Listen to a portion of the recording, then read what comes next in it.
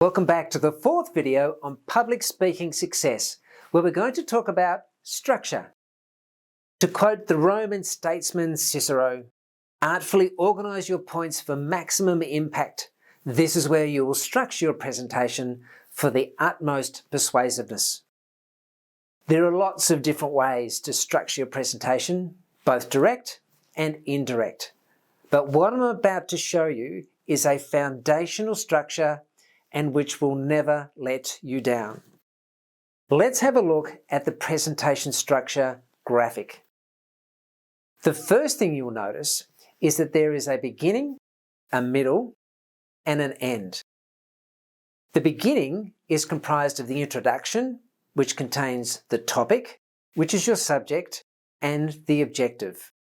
The objective is about what's in it for the audience. What can they expect to get out of the presentation?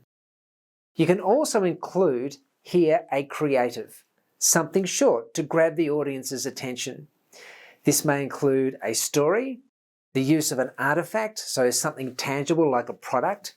You could ask a rhetorical question that starts with, "Have you ever wondered?" You could share a startling statistic or something humorous. Be careful of this last one though, because what you see as funny may not be funny to your audience. As always though, it must be relevant to your topic, and the way to ensure this is to write the creative last, after you've written everything else. You don't want to put in a creative that worked well in someone else's presentation, and then you go about trying to make your presentation fit your creative. Or worse, it just doesn't fit at all.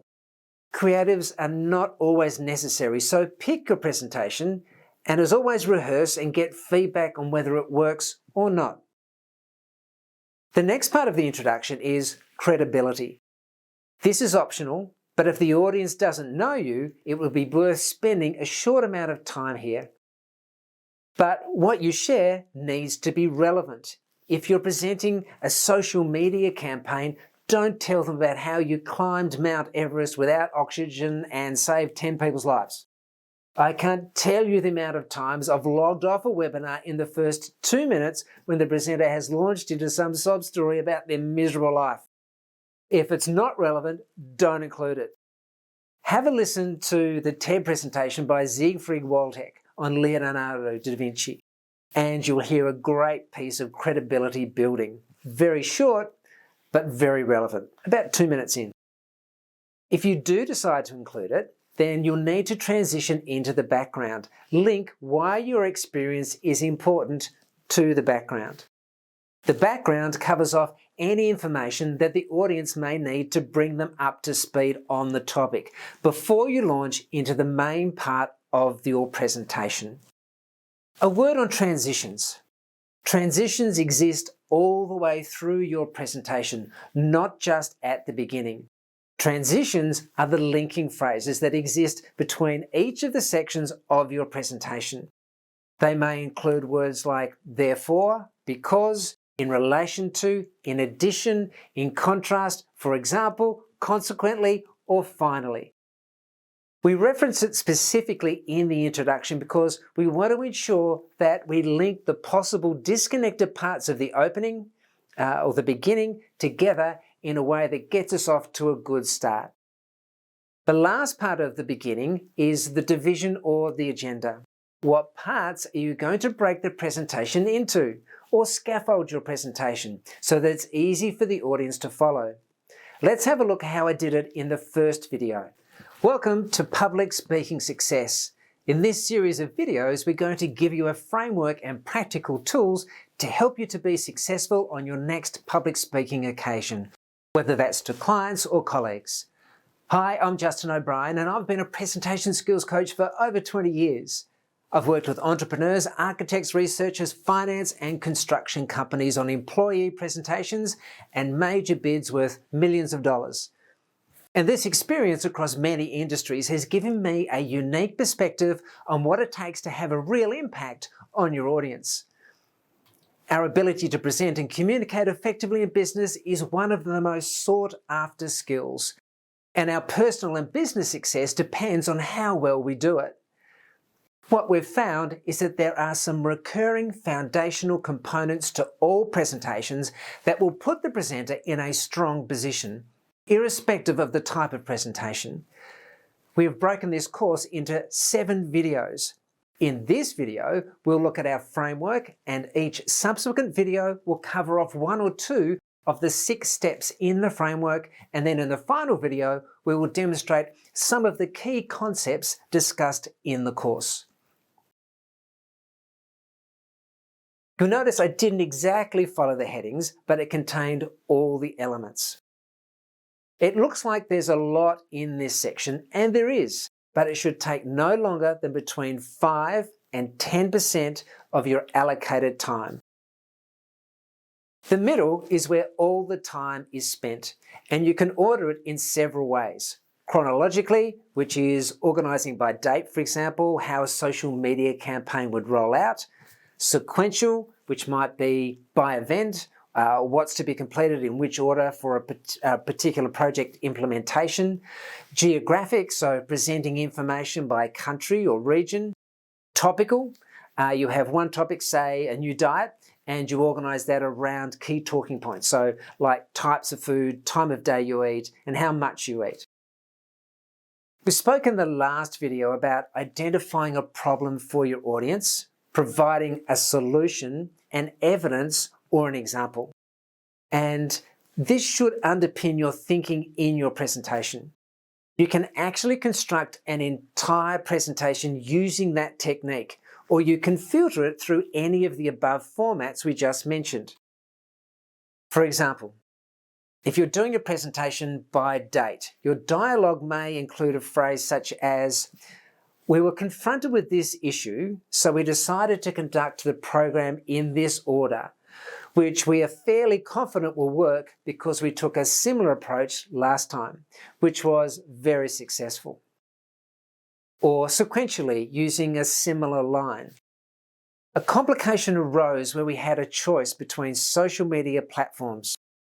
We decided to use this particular platform because we know that from research done by this company, it has a high probability of success."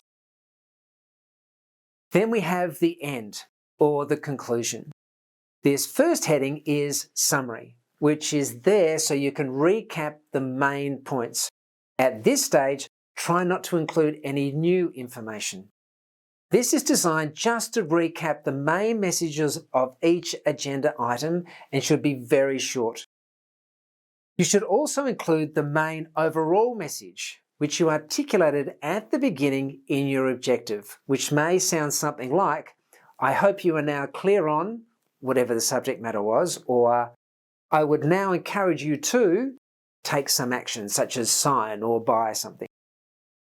If it's a short presentation, then you may just give the overall message.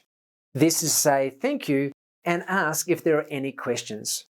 Let's listen to how I did this in the conclusion of video number 7. So, in summary, we believe the needs of any investor are exceeded given that the supply is assured. It is unique and can't be replaced, and demand is assured as prices continue to climb. In conclusion then, I hope that together with our financial analysis provided previously, you can see how investing in Huon Pine Eco Forests will give you the returns that you require, while satisfying the sustainability requirements of your portfolio and give you all the information required to make a favourable decision. Thank you for your time. We would be happy to answer any questions. Okay, have a look at the worksheet. It's a little less intuitive than the other sheets. What I've done here is to give you a planner that you can fill in. There's 3 things to understand about this planner. First, when writing up the planner, we start on the left at 1, then move to 2, which is the main point or conclusion on the far right. We do this so that everything we write in between lines up with where we want to finish. Then we come back to 3 and complete the credibility and background if necessary, and then move through the agendas, detail, and summary to complete the writing process. Then we come back and complete the creative. The welcome is fairly straightforward, as it involves simply saying hello, my name is, and introducing your team if you have one, or just hello if everyone knows you. Once that is done, you can then move around the planner thinking about how you are going to transition between each of the sections. 2. When you go to deliver the presentation, just follow the arrows. Start at the topic box and move your way around. The trap that some people fall into when they deliver the presentation is that they go across the page. So they go agenda, body, summary. Try not to do that. You deliver all the agendas first, then each of the body sections, and then the summaries, followed by your conclusion. 3. The first 3 boxes don't have to be delivered in that order.